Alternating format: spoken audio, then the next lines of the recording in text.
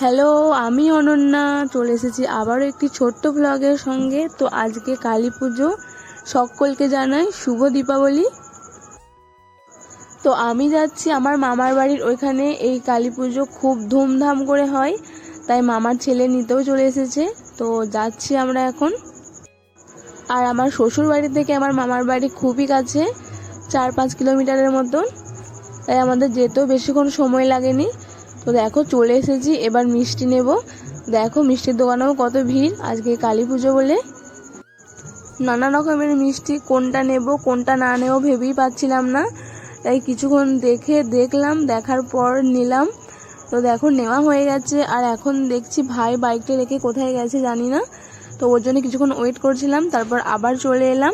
তো দেখো, তো এর আগে অনেকবার এসেছি এই বাজারে, যেহেতু মামাদের বাজার মানে আমার মামার বাড়ির লোকজনের বাজার আর আমার শ্বশুর বাড়ির বাজার একটাই, তাও আমি এই সুপারির বাগানটা কোনোদিন দেখিনি। তো এবারে আমি যখন বিয়ে হয়ে প্রথম যাই আমি এই রাস্তা ধরে, তখন আমি দেখেছিলাম। তো আমার ভিডিও তোমাদের সবার কেমন লাগে অবশ্যই কমেন্টে জানিও, আর ভিডিওটি শেষ পর্যন্ত দেখো। তো দেখো আমি এখন ভয়েস ওভার দিচ্ছি আর চারিদিকে বাজি ফুটছে কেমন।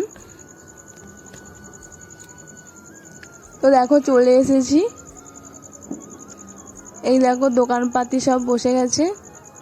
আর এই যে মায়ের মন্দির, তো এই মন্দিরটা খুব সুন্দর সাজায় আর সাজিয়েওছে, কিন্তু এখন দিনের বেলা বলে বোঝা যাচ্ছে না। তো রাত্রে যখন আসবো তোমাদেরকে অবশ্যই দেখাবো। আর এই দেখো কত মাইক ঠাকুর আনতে যাবে বলে।